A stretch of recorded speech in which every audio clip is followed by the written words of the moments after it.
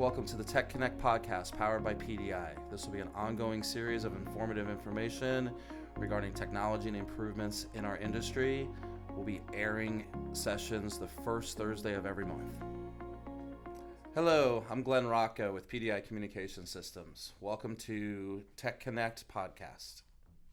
Hi, and I'm John Smith, the Director of Engineering here at PDi. John, I've noticed lately that asking people what IPTV means to them can bring upon a variety of responses, from a shoulder shrug to people thinking that it's like Hulu or apps or services at home. Tell us what IPTV really means in our industry today. Right, so IPTV stands for Internet Protocol Television.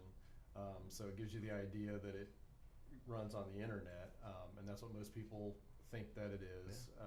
When you look at apps like Hulu and Netflix, things you can run on your Fire Stick, on your TV, we call those over-the-top services, harkening back to the set-top box that used to be a box that the cable company provided that sat on your TV. Then over-the-top is basically internet apps that run on top of that or over that.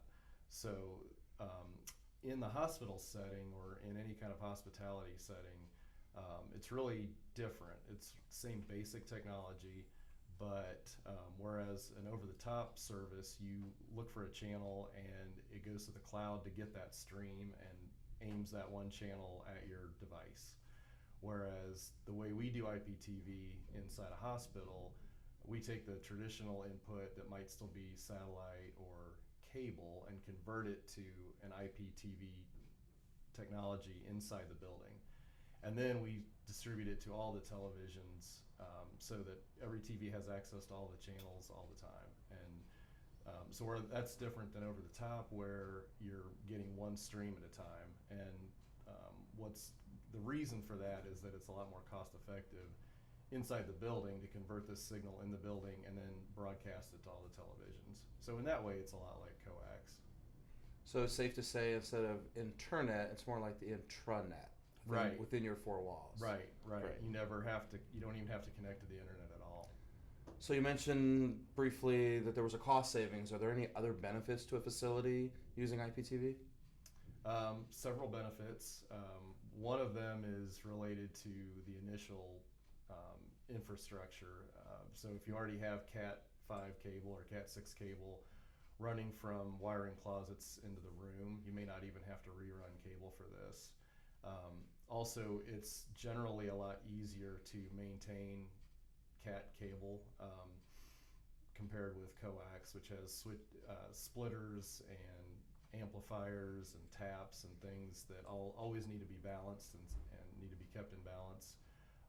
Also, adding infrastructure, adding rooms, adding TVs is a lot easier with Ethernet. So there's that physical layer difference. And then to the end user, you get a lot of advantages because one is that if you do connect to the internet, you already have that same cable that you can use for internet connectivity, for web browsing, things like that. And the other one is the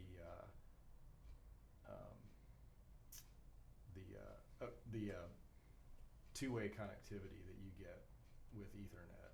And so what I mean by that is we can connect our televisions to our Genio service, and the televisions then are constantly talking to that cloud service, and that can be used for maintenance or just general management. It can also be used for sending messages to the TV. Right. Any secret sauce that needs to be thought of or considered when deploying an IPTV system? Extra hardware, extra pieces? So the concept is the same with coax, but all the hardware is different, right? So in the coax world, there's a head-end system, and we're converting the signals maybe from a satellite to coax, and there's amplifiers, and there's coaxial cable, and then there's the television at the end. And so with IPTV, it's all IT. You're in the IT world now, so the head-end equipment's a little bit different, and then instead of coax, you've got Cat cable, and instead of amplifiers, you've got switches. The nice thing about in the IT world is that pretty much all the equipment is remote managed. unlike the amplifier days where, if there's a problem, you have to find it, you have to find the wiring closet, you have to find the amp, and then, start taking things apart and measuring signals and things like that. And so maintenance is a lot easier in the. So from a management standpoint, an IT director, personnel could remotely manage it and not have to go into ceiling tiles, equipment rooms, closets, and areas in the facility, just totally centrally manage it. Right. Awesome. Yeah, head end to bed end. There you go. Any new advancements in technology that's making IPTV easier today than it may have been 2 years ago, a year ago? Yeah, right, absolutely. I think again from at the head end standpoint, the equipment manufacturers, they're all working towards IPTV, towards making it cheaper, more cost effective, smaller space, and less rack units to get more channels. It's the infrastructure, the cabling, Cat 5, Cat 6, Cat 6A now is all getting more cost effective. That allows us to get more bandwidth and more power. So we didn't talk about PoE yet, but you can certainly push power through a Cat cable. So with Cat 6 and Cat 6A, you can just push more power, farther distance, more speed. So maybe doing it all through one cable eventually? Right. Getting the power to the TV, the signal, and even an internet connection for over the top, like you mentioned earlier. Right. So huge advancement in new construction. When you're pulling the cable for the first time, or the walls are open and you've got access. Any restrictions in existing facilities that somebody may need to overcome? Obviously, you need to run the Cat cable. It is possible to do it all wirelessly, but generally, even today, it's not usually done that way. But if you really have an issue with an older facility, not being able to open walls due to asbestos concerns and things like that, with the right wireless infrastructure, you can do IPTV even wirelessly. Wow. So otherwise you're just running the Cat cable and putting in your IT type infrastructure to make it happen. Talking about like how the industry is moving towards it, and then there's the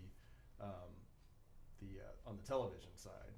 Yeah, please. Right. So, older model televisions, even if you had IPTV, you still had to put a set-back box on the TV. So like a set-top box with a set-back box, a hidden box behind the TV that would convert that IP to HDMI typically.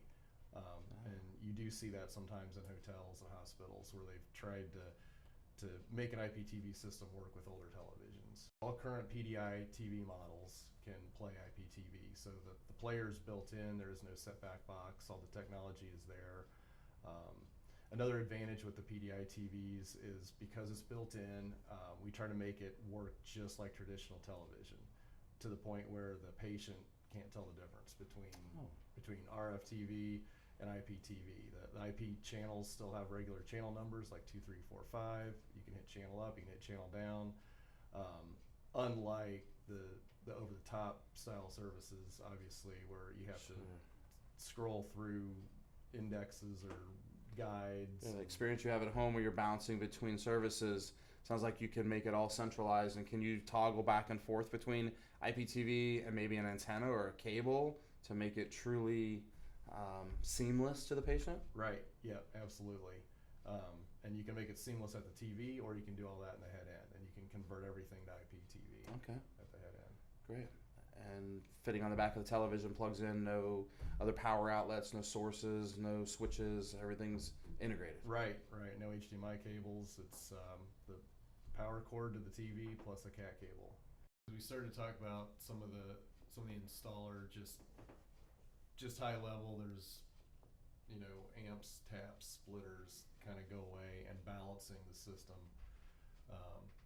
goes away. So in a coax system, you have to know how many TVs you're going to service when you design the system. Yeah. And you have to, and the reason is because the signal, you have to get the right signal strength to a television. And every television has a range that it's going to work. If the signal's too weak, it won't perform. If the signal's too strong, it won't perform.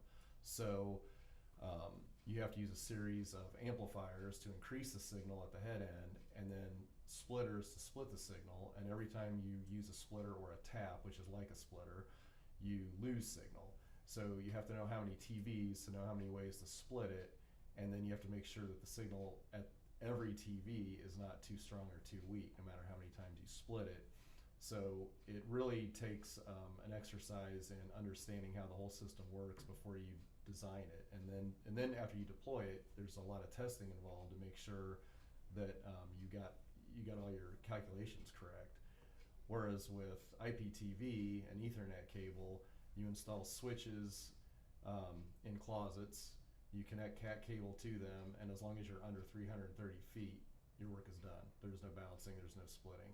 So that makes expansion and makes adding additional sets on super easy as compared to coax. Right. In coax, you got to rebalance everything when you add, a TV for a boss or a TV in another area of the hospital you weren't thinking of. But with IPTV, it's literally plugging in a couple more cables. It literally is. Yep. Wow. Yep. And if you run out of ports on a switch, you buy another switch and daisy chain them, and you have that many more TVs that you can service.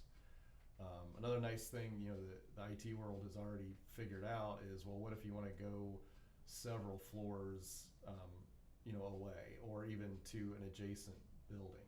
Well, so more than that 330 more than 330 feet. Okay. Right. So if you're going just slightly above that, you put another switch within 330 feet, and then you get an additional 330 feet every time you daisy chain a switch. Every switch, quote unquote, amplifies that signal for another 330 feet, and by more ports, however many ports are on the switch. That's right.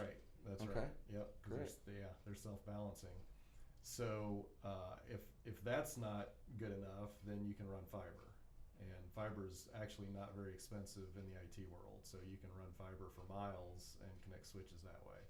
So you can distribute your television signal however far you need, wherever you need, and pretty cost effectively. If they have fiber ran already for other services within the center, can this be installed or implemented onto it?